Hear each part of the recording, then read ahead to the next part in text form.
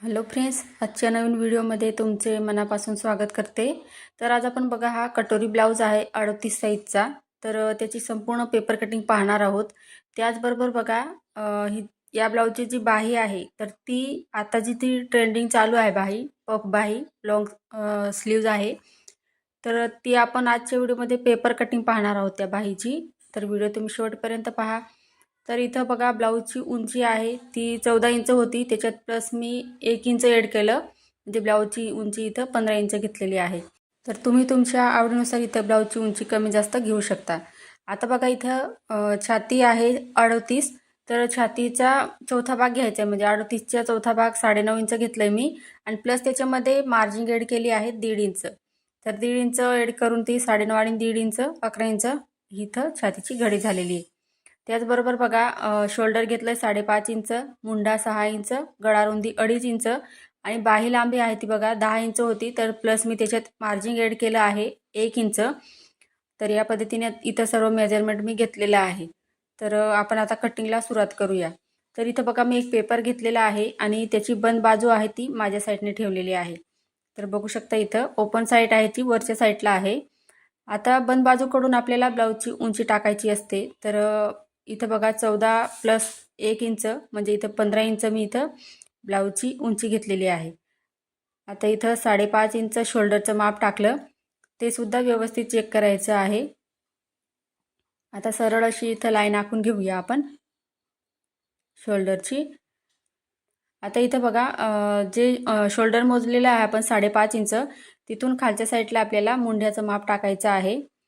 तर मुंडा आपल्याला इथं 6 इंच घ्यायचा आहे 38 साईजसाठी। तर मोठी साईज आहे त्यासाठी बघा इथं 6 इंच मुंडा घेतला, तो सुद्धा व्यवस्थित चेक करायचा। त्याच्यानंतर शोल्डर आणि मुंडा इथं आपण जॉईंट करणार आहोत। आता इथं बघा एवढं झालं। त्याच्यानंतर छातीचा चौथा भाग घ्यायचा आहे आपल्याला। 38चा इथं चौथा भाग आहे 9.5 इंच। तर 9.5 इंच बघा टेप जिथं आलेला आहे बंद बाजूकडे तिथून ठेवलेला आहे मी। आता वरती बघा मार्जिन ॲड करायची आहे 1.5 इंच। तर 9.5 आणि 1.5 इंच इथं 11 इंच झालेले आहे। तर या पद्धतीने दोघं लाईन जोडून घेतल्या।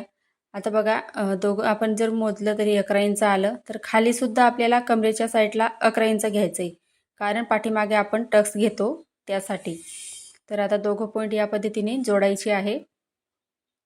आता इथं बघा मुंड्याचे परफेक्ट तुम्हाला आकार जमत नसेल तर तुम्ही बघा या पद्धतीने मुंडा जेवढा घेतला असेल त्याचं सेंटर पॉईंट काढायचं, आणि त्याच्यानंतर बघा पाठीमागचा मुंडा इथं मी 1.5 इंच घेतला, आणि पुढचा मुंडा इथं मी 1 इंचावरती मार्किंग केलेलं आहे।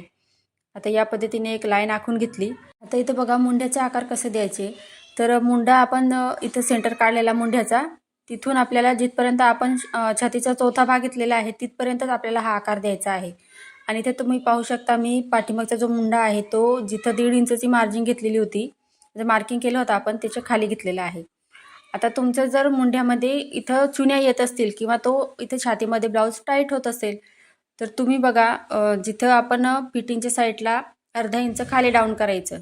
तुम्ही इथं पाव इंच सुद्धा घेऊ शकता, म्हणजे काय होईल की जे एक्स्ट्राचं कापड राहतं तर ते इथं आपलं चुन्या येतात, त्यासाठी ते आपलं कट होऊन जातं आणि ब्लाऊज जो आहे तो व्यवस्थित येतो। तर हा जर प्रॉब्लेम तुम्हाला असेल तर तुम्ही या पद्धतीने ब्लाऊज कटिंग करा। तर मी बघा कस्टमरचं ब्लाऊज आहे हे, तर मी जसं आहे मार्किंग आपण पहिले केलेलं होतं सेम त्याच पद्धतीने कटिंग करते। आणि तुमचं जर बघा चुन्या येत असतील तर तुम्ही जो आपण खाली डाऊन केलेला आहे मुंडा, तर तो कट करायचा आहे। तर बघा इथपर्यंत तुम्हाला समजलं असेल। तर बघू शकता इथं या पद्धतीने पाठीमागचा पार्ट आपला कटिंग झालेला आहे। आता दोघं पार्ट आपण सोबत कट करतोय त्यासाठी। तर 2.5 इंच गळ्यारुंदी घेतली, पुढचा गळा 6 इंच घेतला। आता खाली सुद्धा 2.5 इंच इथं मी गळारुंदी टाकलेली आहे, आणि या पद्धतीने आपल्याला गळ्याचा इथं पुढचा गळा काढण्यासाठी बॉक्स तयार करायचा आहे। तर मी सिंपल असा गोल गळा घेतलेला आहे इथं। तर गळा 6 इंच घेतला आहे, तुम्ही लहान मोठा इथं घेऊ शकता। आता इथं बघा क्रॉसपट्टी काढायची आहे खाली, त्याआधी बघा जी माप आपण घेतलेली ती लिहून घेऊया। तर शोल्डर 5.5 इंच, मुंडा 6 इंच, गळारुंदी 2.5 इंच, पुढचा गळा 6 इंच, आणि छातीचा चौथा भाग प्लस 1.5 इंच, म्हणजे 11 इंच इथं छातीची घडी घेतलेली आहे आपण, आणि खाली सुद्धा आपण 11 इंच इथं घडी टाकलेली होती। आता इथं क्रॉसपट्टी काढायची आपल्याला. तर गळ्याकडून बघा 2.5 इंच घ्यायचं आणि फिटिंगच्या साईडने आपल्याला 2 इंचावरती मार्किंग करायची आहे. म्हणजे पेपर पॅटर्न तयार करताना 2 आणि 2.5ची गळा इथं क्रॉसपट्टी काढायची आपल्याला. तर या पद्धतीने बघा आता आकार देऊन द्यायचा कटोरीचा. आता कटोरी कशी मोजायची तर बघा मी या पद्धतीने मोजते. म्हणजे मुंड्याकडून मी 5 इंचवरती, साईज मोठी आहे त्यासाठी 5 इंच घेतलं आणि साईज जर लहान असेल 34पर्यंत असेल 28 पासून तर तुम्ही इथं 4.5 घ्यायचं आहे. आता गळ्याकडे बघा तर 6 इंच घेतलं होतं तर खालून वरती 1 इंचावरती मार्किंग करायची आणि या पद्धतीने तिरकस लाईन आखून घ्यायची आहे. आता सिंपल असा इथं कटोरीचा आपण शेप देऊन देऊया. गळासुद्धा मी थोडासा जिथे आपण पॉईंट घेतलेला आहे तिथून घेते, म्हणजे परफेक्ट असा आपला इथं पॅटर्न आहे ते रेडी होईल. तर हे झालं कटोरी ब्लाऊज आहे आपला 38 साईजचा. आता कटिंग करून घेऊया. कारण आपण बंद बाजू डबल पेपर घेतलेला होता, डबल फोल्ड केलेला. तर इथे बघा 2 पार्ट आपले रेडी होतील. तर हा पाठीमागचा पार्टसुद्धा रेडी झाला आणि पुढचासुद्धा आपला इथे रेडी झालेला आहे. आता गळा रुंदी बघा 2.5 इंच घ्यायची पाठीमागच्या भागाला सुद्धा. आता इथे ब्लाऊजवरनं मी माप घेतलं होतं, गळ्याचं माप त्यांचं घेतलं नव्हतं मी. तर 3.5 इंच त्यांची पार्ट होती ब्लाऊजची. तर त्याच्यात मी अर्धा इंच एक्स्ट्रा घेतलं आणि त्यांचा बघा गळा 11चा होता, म्हणजे शिवून तो 10.5 इंचाचा होईल. आता वरती गळा रुंदी मी 2.5 इंच घेतली आणि खाली 3 इंच घेतलेली आहे आणि सिंपल असा मी इथं गोल गळा इथं आखून घेते बघा. आता पाठीमागचे टक्स कसे घ्यायचे तर गळ्याकडून 4.5 घ्यायचं आणि वरतीसुद्धा आपल्याला 4.5च घ्यायचं आहे. एक लाईन आखून घ्यायची, दोघं साईडला अर्धा इंच घ्यायचं आणि या पद्धतीने मार्किंग करून घ्यायची. आता इथं बघा पुढचं जो पॅटर्न आहे ते कट करायचं आहे आपल्याला. तर पुढचं पार्ट कटिंग करताना बघा सर्वात पहिले मी मुंड्याचा आकार कट केला, त्याच्यानंतर क्रॉसपट्टीचं इथं कटिंग केलं. आता पुढचा गळा कटिंग केला, त्याच्यानंतर कटोरी. तर या पद्धतीने आपलं पुढचं पार्टसुद्धा कटिंग झालं. आता कटोरी कशी वाढवायची तर पाहूया. तर गळा रुंदी बघा आपण 2.5 इंच घेतली होती, तर तीच गळा रुंदी आपल्याला कटोरीला सुद्धा घ्यायची आहे. तर बघा आडवं माप जे मी होतं ते 2.5 इंच गळा रुंदी त्या साईडला टाकली आणि उभं माप मी 1.5 इंच घेतलेलं आहे. आता बघा जिथं 1.5 इंचची मार्किंग केली तिथून खाली 5 इंचावरती मार्किंग करायची आहे आणि आडवं माप इथं बघा मी 8 इंचचं घेते, म्हणजे आडवी कटोरी आपली इथं 8 इंच आहे आणि उभी 9 इंच येणार आहे. तर या पद्धतीने लाईन आखून घेतली. आता या पद्धतीने बघा जी आपण आडवी मार्किंग केलेली आहे तिचं इथं आपल्याला सेंटर काढायचं आहे. आता सेंटर काढलेलं आहे तिथूनच वरून टेप ठेवायचा आणि जिथं 9 इंच येत असेल तिथपर्यंत लाईन आखून घ्यायची आहे. तर पहा इथं तिघं पॉईंट जोडून घ्यायचे आता या पद्धतीने. तर खूप सोपी पद्धत आहे कटोरी वाढवायची, तर तुम्हीसुद्धा एकदा नक्की ट्राय करा जर तुम्हाला पेपर पॅटर्न शिकायचं असेल तर. आता बघा सिंपल असा मी आकार देऊन दिला. आता साईड पार्ट ठेवायचा आहे आपण मगाशी कट केलेलं. आता बघा इथं साईड पार्ट आणि कटोरी सारखीच येते, त्यांची उंची आहे ती. तर आपल्याला साईड पार्टपेक्षा कटोरी जी आहे तर ती अर्धा इंच एक्स्ट्रा घ्यायची असते. तर मी इथं बघा खालच्या साईडला तुम्हाला दिसत असेल तिथं मी वाढवून घेतलेलं आहे. तर या पद्धतीने वाढवून घ्यायचं. पहिली लाईन होती तिला मी क्रॉस मारलेला आहे, कारण कटिंग करताना आपल्याला लक्षात राहील त्यासाठी. आता इथे बघा आपण आडवी कटोरी 8 इंच घेतली, उभी कटोरी 9 इंच घेतलेली आहे. तर हे 38 साईजचं ब्लाऊज होतं, तर त्यासाठी सुद्धा तुम्ही यूज करू शकता आणि 36 साईजसाठी सुद्धा यूज करू शकता. तर या पद्धतीने बघा आता कटिंग पाहून घेऊया आपण. तर पहिला जो आकार दिलेला होता आपण तो सर्वात पहिले कट केला मी. त्याच्यानंतर कटोरीचा जो शेप होता तो इथं कट करून घेतलेला आहे. आता इथे बघा कटोरी या पद्धतीने दोघं टोक जे आहे तिचे तर या पद्धतीने एकमेकांवरती व्यवस्थित ठेवायचे. एक्स्ट्राचा कापड दिसतो बघा तुम्हाला, कापड म्हणजे कागद दिसतोय तिथं, तर तो कट करून घ्यायचा. एक्स्ट्राचा पार्ट असतो तो, म्हणजे कटोरी आपली परफेक्ट येईल. आता क्रॉसपट्टी कशी वाढवायची बघा.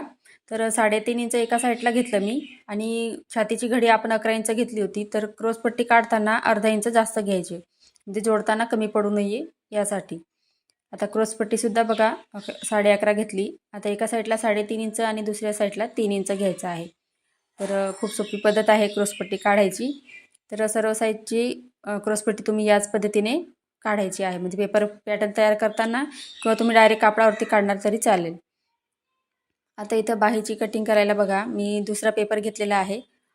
तर या पद्धतीने आपण फोल्ड करायचा आहे तो पेपर म्हणजे त्याची बंद बाजू या साईडला होईल, बाही कटिंग करायला सोपं जाईल. तर पफ बाही आहे. तर या पद्धतीने बघा, आता छातीची घडी आपण 11 इंच घेतली होती, तर बाहीची घडी इथं बघा 10 इंच घेते मी. 1 इंच होतं ते मायनस करायचं आहे आपल्याला छातीच्या घडीमधून बाहीची घडी कटिंग करताना. आता बाही लांबी जेवढी असेल तेवढी टाकायची आहे तुमची. तर इथं बघा मी 11 इंच बाहीची लांबी घेतली. तर बघा या पद्धतीने एक्स्ट्राचं इथं मी पेपरसुद्धा घेतलेला आहे. आता वरच्या साईडने सुद्धा 10 इंच घडी टाकून घ्यायची आपल्याला आणि सरळ अशी लाईन आखून घ्यायची आहे. या पद्धतीने बघा. आता खाली सुद्धा या साईडला सुद्धा आपण जॉईन करून घेऊया, कारण तो पेपर जो आहे तो एक्स्ट्राचा आहे. तर बघा इथं दोघं लाईन आपण जोडून घेतले. आता त्याच्यानंतर बघा आपल्याला पहिले सिंपल अशी बाही जशी आपण काढतो तशी काढायची आहे. तर वरून बघा मी बाहीचा आकार देण्यासाठी, म्हणजे मुंड्याचा आकार देण्यासाठी कॅप हाईट आहे जी आहे बाहीची, तर ती 3.5 इंच घेतलेली आहे, कारण 11 इंचची इथं ही बाही आहे.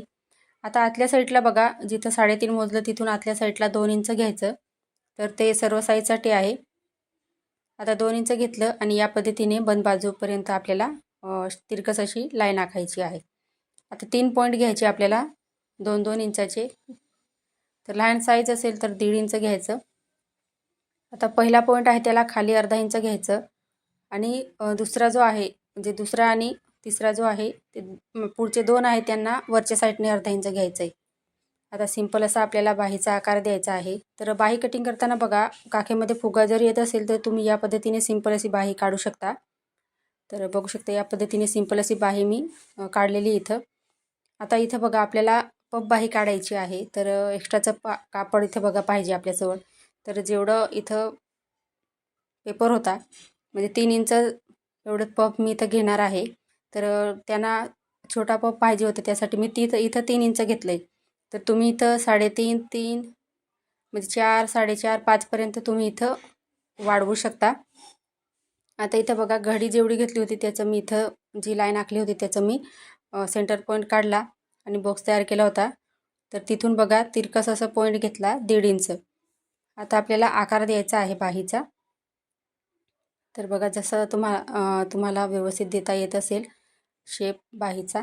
तर बघा इथं मी 1.5 इंचचा पॉईंट घेतला होता, तिथं घेतला. सेंटर आला होता तिथं घेतला. आता तिथं आपण बघा 2 इंच घेतलेलं होतं, तर तिथपर्यंत हा आपल्याला आकार द्यायचा आहे. तर बघू शकता या पद्धतीने सिंपल असा मी आकार दिला. आता वरती बघा लाईन आखलेली आहे, तिथपर्यंत आपल्याला हा या पद्धतीने जेव्हा आपण दोघं बाया शिवून होतात तेव्हा तिथे पुढचा मुंड्याला शेप द्यायचा असतो. तर तो आपण स्टिचिंगच्या व्हिडिओमध्ये पाहणार आहोत कसं तिथं हे करायचं ते.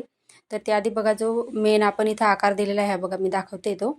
तर तो इथं काढायचा आहे. आता खालच्या साईडला दंडघेर घ्यायचा आहे 5.5 इंच आणि 1.5 इंच मार्जिन घ्यायचं आहे.